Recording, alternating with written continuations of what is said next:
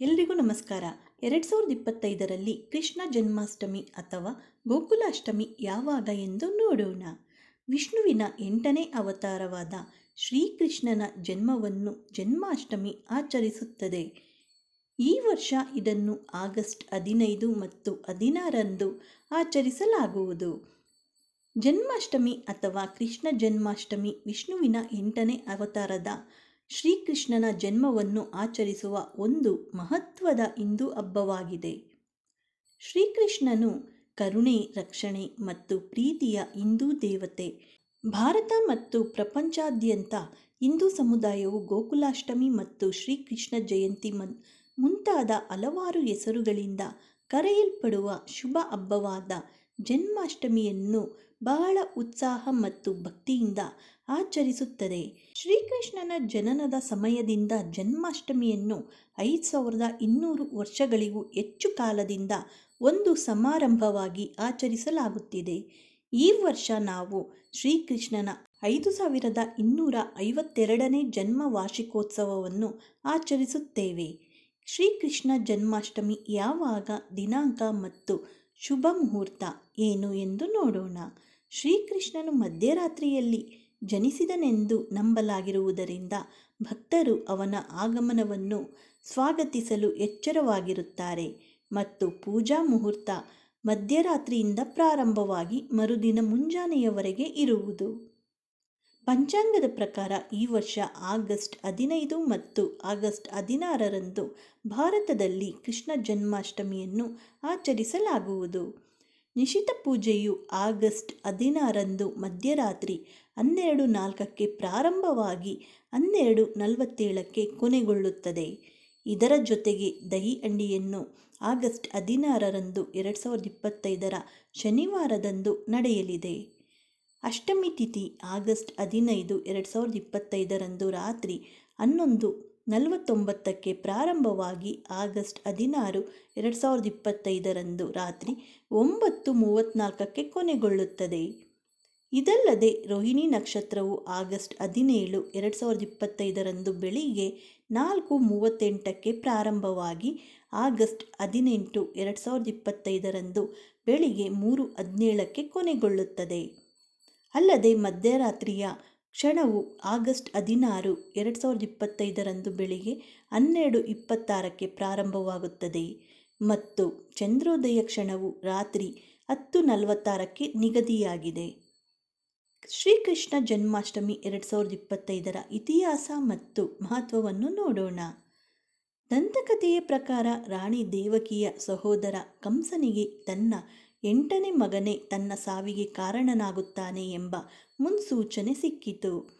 ಇದನ್ನು ತಿಳಿದ ಕಂಸ ದೇವಕಿ ಮತ್ತು ಅವಳ ಪತಿ ವಾಸುದೇವರನ್ನು ಬಂಧಿಸಿ ಅವರ 6 ಮಕ್ಕಳಲ್ಲಿ ಪ್ರತಿಯೊಬ್ಬರನ್ನು ಕೊಲ್ಲಲು ಆದೇಶಿಸಿದನು.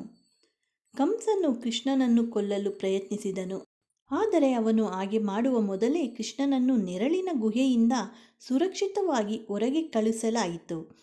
ರಾಜ ವಸುದೇವನು ಯಮುನಾ ನದಿಯನ್ನು ಅವನ ತಲೆಯ ಮೇಲೆ ಬುಟ್ಟಿಯಲ್ಲಿಟ್ಟುಕೊಂಡು ದಾಟಿದ ನಂತರ ವೃಂದಾವನದಲ್ಲಿ ಅವನ ಸಹಚರರಾದ ಯಶೋಧ ಮತ್ತು ನಂದನ ಆರೈಕೆಯನ್ನು ಅವನಿಗೆ ವಹಿಸಲಾಯಿತು.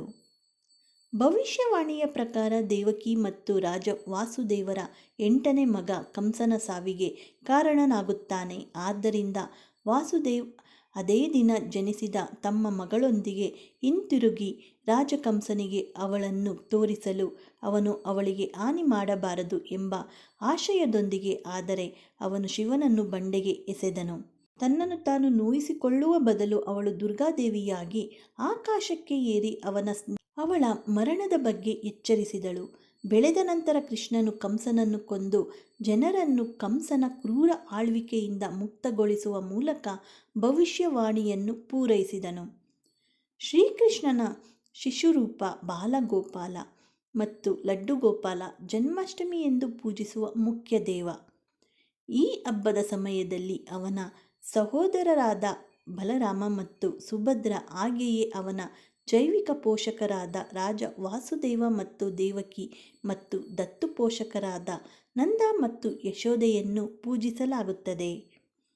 ಈ ಆಚರಣೆಯು ಬಹಳ ಮಹತ್ವದ್ದಾಗಿದೆ. ಏಕೆಂದರೆ ಇದು ದೈವಿಕ ಮತ್ತು ಅವನ ಅನುಯಾಯಿಗಳ ನಡುವೆ ಇರುವ ಶಾಶ್ವತ ಪ್ರೀತಿಯನ್ನು ಗೌರವಿಸುತ್ತದೆ.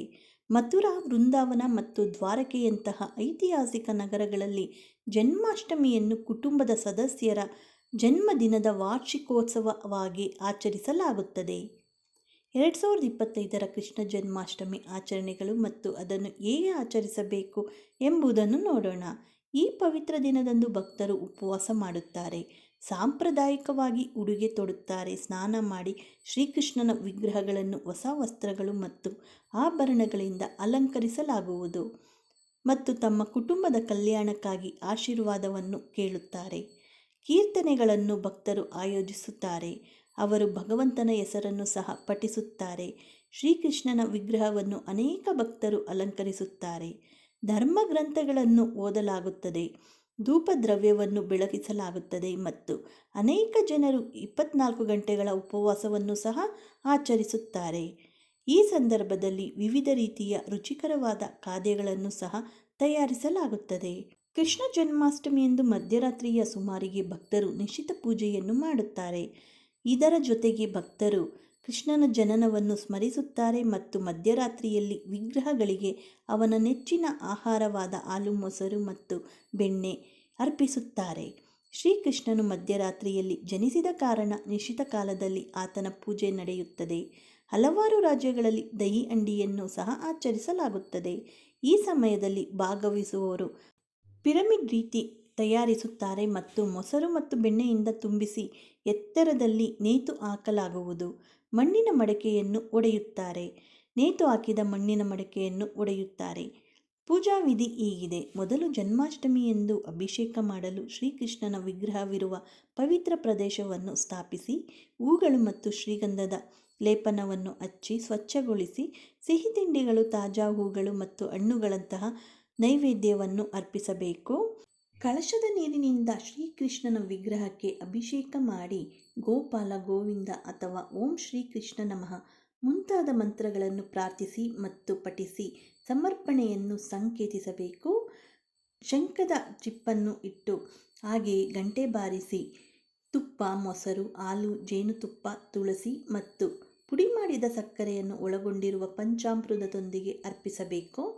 ಅಭಿಷೇಕದ ನಂತರ ಶ್ರೀಕೃಷ್ಣನಿಗೆ ಪ್ರಿಯವಾದ ನೈವೇದ್ಯವನ್ನು ಅರ್ಪಿಸಿ ಕರ್ಪೂರ ಅಥವಾ ದೀಪಗಳಿಂದ ಆರತಿ ಮಾಡಿ ಹಣ್ಣುಗಳು ಮತ್ತು ಸಿಹಿ ತಿಂಡಿಗಳು, ಹೂಗಳನ್ನು ಅರ್ಪಿಸಿ ಸ್ವರ್ಗೀಯ ಆಶೀರ್ವಾದಗಳನ್ನು ಕೇಳಲು ಗೀತ, ಗೋವಿಂದ, ಭಜನೆಗಳು, ಪ್ರಾರ್ಥನೆಗಳು ಮತ್ತು ಆರತಿಯನ್ನು ಪಠಿಸಿ ಶ್ರೀಕೃಷ್ಣನಲ್ಲಿ ಕ್ಷಮೆಯ ಕೇಳುವ ಮೂಲಕ ಮತ್ತು ಭಕ್ತರಿಗೆ ಪ್ರಸಾದ ನೀಡುವ ಮೂಲಕ ಪೂಜೆಯನ್ನು ಮುಕ್ತಾಯಗೊಳಿಸಿ ಪೂಜಿಸಲು ಅವಕಾಶ ನೀಡಿದ್ದಕ್ಕಾಗಿ ಶ್ರೀಕೃಷ್ಣನಿಗೆ ಧನ್ಯವಾದ ಹೇಳುವ ಮೂಲಕ ಸಮಾರಂಭವನ್ನು ಪ್ರಸಾದದೊಂದಿಗೆ ಸ್ವೀಕರಿಸಿ ಮುಕ್ತಾಯಗೊಳಿಸಬೇಕು. ಈ ಮಾಹಿತಿ ಏನಾದರೂ ನಿಮಗೆ ಉಪಯುಕ್ತವಾದರೆ ಲೈಕ್ ಮಾಡಿ, ಹಾಗೆ ಎಲ್ಲರಿಗೂ ಶೇರ್ ಮಾಡಿ. ಮತ್ತಷ್ಟು ವಿಡಿಯೋಗೆ ನಮ್ಮ ಚಾನಲ್ನ ಸಬ್ಸ್ಕ್ರೈಬ್ ಆಗೋದನ್ನು ಮರಿಬೇಡಿ. Thank you for watching.